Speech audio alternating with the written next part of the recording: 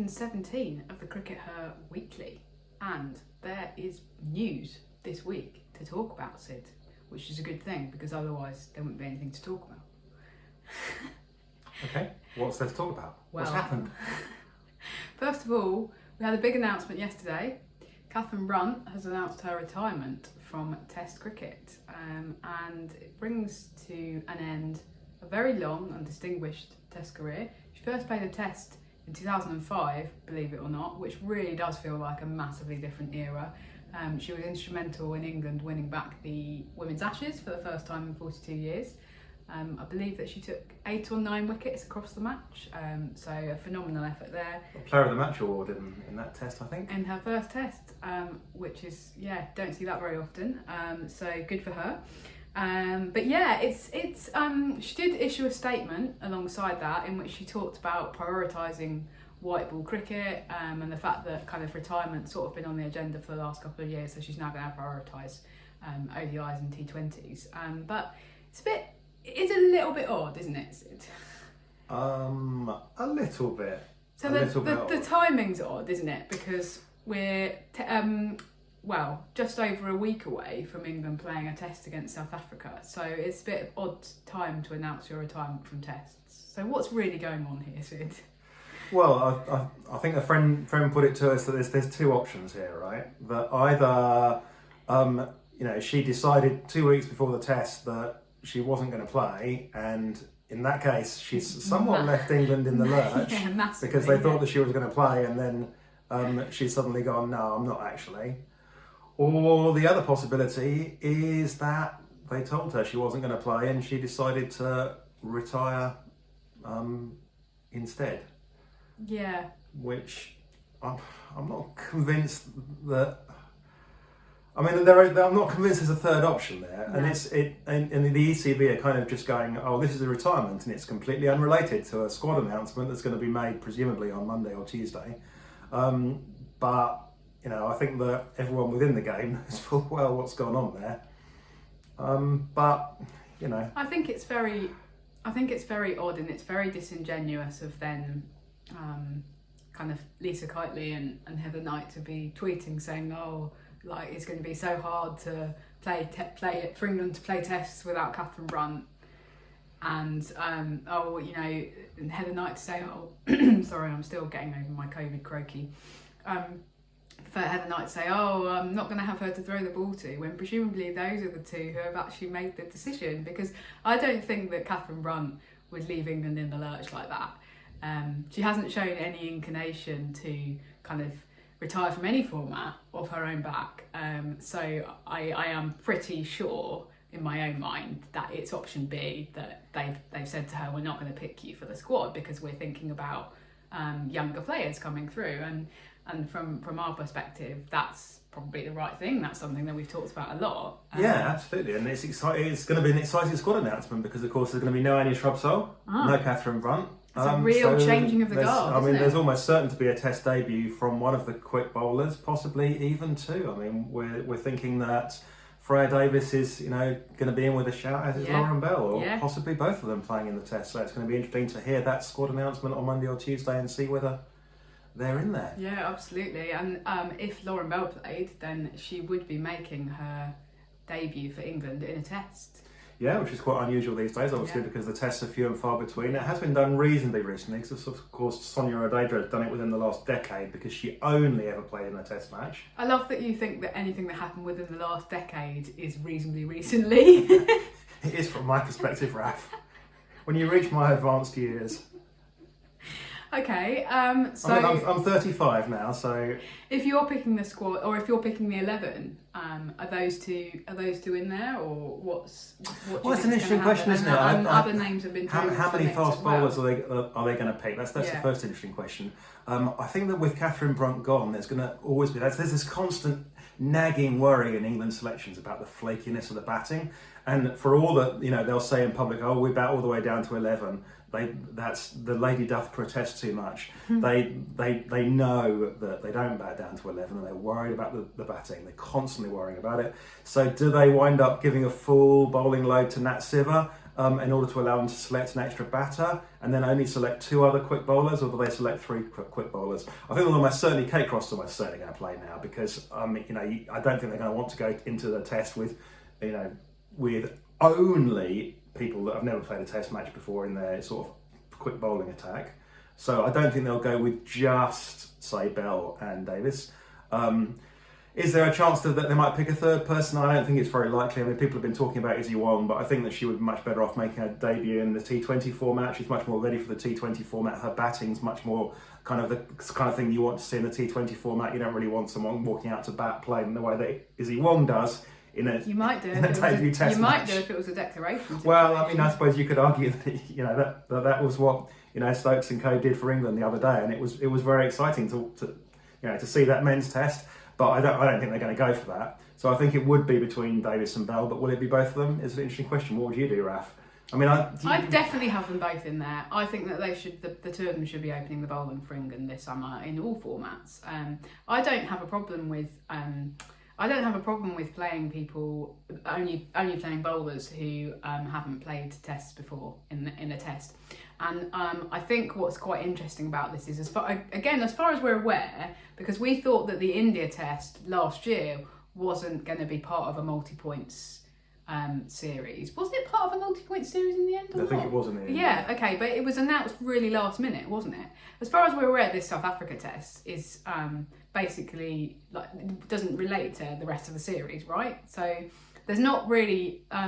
Other than the players' pride, and obviously they do feel a lot of pride at playing in a test, you could argue that this is actually a really good opportunity to throw people in at the deep end because it doesn't mean anything. The ODIs will mean something. The T20s will obviously mean a great deal because that's going to be the proper warm-up for the Commonwealth Games. But this test match maybe doesn't mean so much. Okay. So I think that it could be a really exciting opportunity to have a proper youthful team playing Test cricket. Okay, so a couple of other questions for you off the back of that then, Raf. If Lauren Bell and Freya Davis are the best people to be opening in the test, are they not also the best people to be opening in the ODIs and T20s? Does Katherine Brunt have a way back from this? Well, you're asking the wrong person here because we and I have publicly said previously that we think that Davies and Bell should be opening the bowling for England in all 3 formats. I'm sorry to say it, I think that Katherine Brunt's had a very, as I said, very long and distinguished career for England, but that doesn't mean that she's the right person to be kind of carrying on in perpetuity. And I think that the time has come that I think maybe we do need to be playing new players, and more than that, we need to be actually giving them the opportunity to open the bowling. Because the thing that's been happening with Brunt and Shrubsole is basically who's going to get handed the new ball in every match, unless one of them happens to have an injury and be sitting out, and that's no good really. You need to be consistently giving somebody the new ball and saying, look, show us what you can do with that, because otherwise you're giving them the dead middle overs. When the ball's dead, the game's kind of meandering along, and you're not giving them a proper opportunity to show what they can do, and that's not fair because you're not then comparing like with like. So yeah, I think that the Katherine Brunt thing is a bit strange because she's kind of gone, I'm retiring from Test cricket, but there's not going to be another test for a year, most likely, probably potentially over a year. We don't know exactly when the Women's Ashes are going to be played in England next summer. And there's been lots of kind of thank you, Katherine. But it's a bit of an odd one because what happens if in a few weeks' time Lisa Kiteley and Heather Knight turn around to her and say, actually, we think that we need to go with a younger squad for the Commonwealth Games because it's going to be a really intense tournament. It's going to be lots of matches played in a very short space of time, and we're not convinced that your bat can actually survive that. So is she then going to announce her retirement from T20s? Then she'll announce her retirement from ODIs, but she'll carry on having a central contract for England, but she just won't play any of the formats. And the ECB will then, allow her once again encourage her once again to issue a statement that says, oh, it's entirely my choice. And meanwhile, we're sitting here going, hang on, that's very strange and doesn't really make sense. And yeah, so I think that they've maybe set themselves up for a bit of an odd couple of months, shall we say. Okay. And I think there is something to be said in doing what Anna Shopsol did and actually making the call yourself and doing it in a kind of like having that clean break and having that kind of, I'm making the decision myself and I'm going to go out kind of more at a time of my own choosing rather than a couple of weeks before the squad is going to be announced for whatever the next format is. I'm not an elite sports person, so I've not been in that situation, but I am. Well, I it's a tough cookie, isn't I it? feel that the way that this has been handled is quite disingenuous and a bit strange, and I feel uncomfortable with the fact that it feels to me like increasingly the ECB are going down a route of making weird announcements that you have to read between the lines of, and maybe that's been happening in the men's game for years, but I don't think that it's something that the women's game should be copying, because I don't think it should be up to me and you to be having to point out and read between the lines things. I think that the ECB should be honest, and there should have been a line in that press release that said Lisa Kiteley saying, yeah, we're going to really miss Katherine Brunt, but we just didn't think it was appropriate to pick her for this squad, and there's nothing wrong with that. That's elite sport. So I think that it's actually been handled in a very strange and very strange way, and I'm just a bit uncomfortable about it all. Okay. And so, sticking with the final question on this England squad, Yes. then, who's going to open the batting? That's also an interesting one. Lauren Winfield-Hill has played very little cricket. Yeah. She's been injured, so we don't think that she's going to be part of it. Are they going to bring in Danny White? Danny White's never played a test, has she? No. Maybe she should announce her retirement from tests. Yes, now's the time. It's all the rage announcing your retirement. Are they going to finally give Danny White a test, or are they going to go bring in MLM? That's going to be a really interesting selection dilemma as well. Or of course, Eve Jones. But possibly that's a bit of a wild card. Because she wasn't selected over the winter, whereas Emma Lamb was. I was going to say, or they could bump Amy Jones up the order and have her open, because she has, of course, opened in international cricket. Has she opened in a test? I don't think she has. I don't think so. Okay, so that's a potential option. But because of Winfield-Hill's kind of absence from cricket recently, they are they're So we could see three Sure. debutants in the test debutants, the people that haven't played a test before, even though a couple of them have played over the ICT20. So interesting squad announcement. Really look out for that early next week. Okay, so other international cricket that's been happening this week, Sid. Ireland v South Africa. Yeah, South Africa, of course, who we are going to be entertaining, and South Africa are flying to England from Ireland this weekend. And they'll be joined by a couple of the other players, so Lizelle Lee and Marizanne Kapp coming along, but they've just been in Ireland.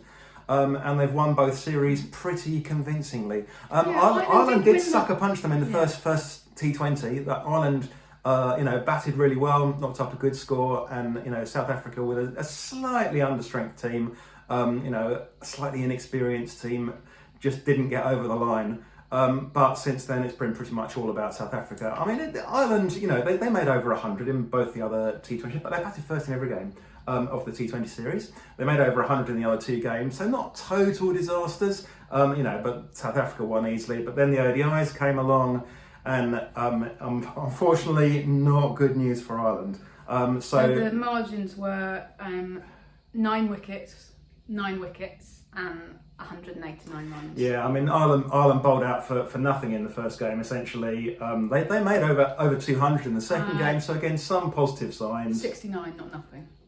That's not far from nothing, unfortunately. Some positive signs. They made over 200 in the second game, but then South Africa got the runs really easily. They lost 1 wicket in the chase. And then in the third game, again, bowled out for virtually, they were 80-something, was it 89 that they were bowled out for in the third game. And I think that what that shows is that Ireland are going to have a very tough time in the ICC Championship. Again, bearing in mind this was a slightly weaker South African team than Ireland are going to, when they come up against Australia are unlikely to field a weakened team, I think. That's inevitable, because Ireland aren't. It's going to be very tough for them. Ireland are several years behind these other teams in terms of professionalisation. But I think there's been a bit of optimism because, Ireland have been playing a lot of other kind of weaker teams and have looked okay, and so people have gone, well, Ireland are winning like 2/3 of their games, so they're going to come in the ICC Championship and they'll probably win 2/3 of their games. And it's like, no, unfortunately, they're going to have to get used to losing and losing very badly. Yeah, I mean, I wrote a piece for Cricket Ireland recently about what it means for Ireland to be in the Championship, and I certainly said that I thought that it's not going to be a case of winning very many games for the first cycle. I think it's anyone who did think that is possibly a bit naive. It's not about winning games in that respect. It's partly about just being at the table, isn't it? Yeah, absolutely. No, and there's definitely positives to it. But I think that that Ireland need to kind of manage their expectations really, and it's an interesting problem for the management, because the management need to manage the players' expectations, because they're going to have to get used to picking the players up off the floor a lot of times in the next 2 or 3 years. I think they just need to be emphasising to them that they haven't been professional as long as a lot of these other teams have. And the great thing about the Championship is it has given that impetus to be a more professional setup. And so you would hope that some of these losses would actually show Cricket Ireland that they need to be investing more rather than disappointing them. Okay. Now finally, our final topic this week relates to the ICC, who we may have offended mortally in last week's episode. Don't know, haven't heard anything from them, Sid. Do you usually hear from them? I get press releases personally emailed to me, so no, I don't normally hear from them. Haven't heard anything from them, so there you go. They've unbundled the women's media rights from the men's media rights. It's a bit of a historic moment. It's the first time that has happened. See, the ICC have now been in charge of women's cricket and men's cricket together for 17 years, and this is the first time that they have actually officially said we are going to separate the men's TV and other media rights out from the women's. It's an interesting one, isn't it, Sid? It is. So this is just for the Indian market initially. The hint is that they're planning to do the same thing across all markets, but obviously I guess that if it doesn't go well, then they might change their minds about that. It's kind of reserving the right to do that. But yeah, it's going to be an interesting marker of how much this stuff is really worth. And we've talked a lot about you've been writing pieces and things about the wanting to try and kind of apply a devolution principle to women's cricket so that women's cricket can govern its own affairs more. But if that's going to happen, then it needs its own revenue base, and so it's going to be very interesting to see what the media companies think women's cricket is actually worth, because that hasn't been kind of tested on the open market. And we might not actually find out the answer, of course, because if it doesn't go well, the IC, if they wind up, with selling them for $1 bajillion, then they're sure going to tell us. But if they wind up selling them for a lot less, they probably won't. But that in itself will be indicative of the fact that it hasn't perhaps gone as well as we might have hoped.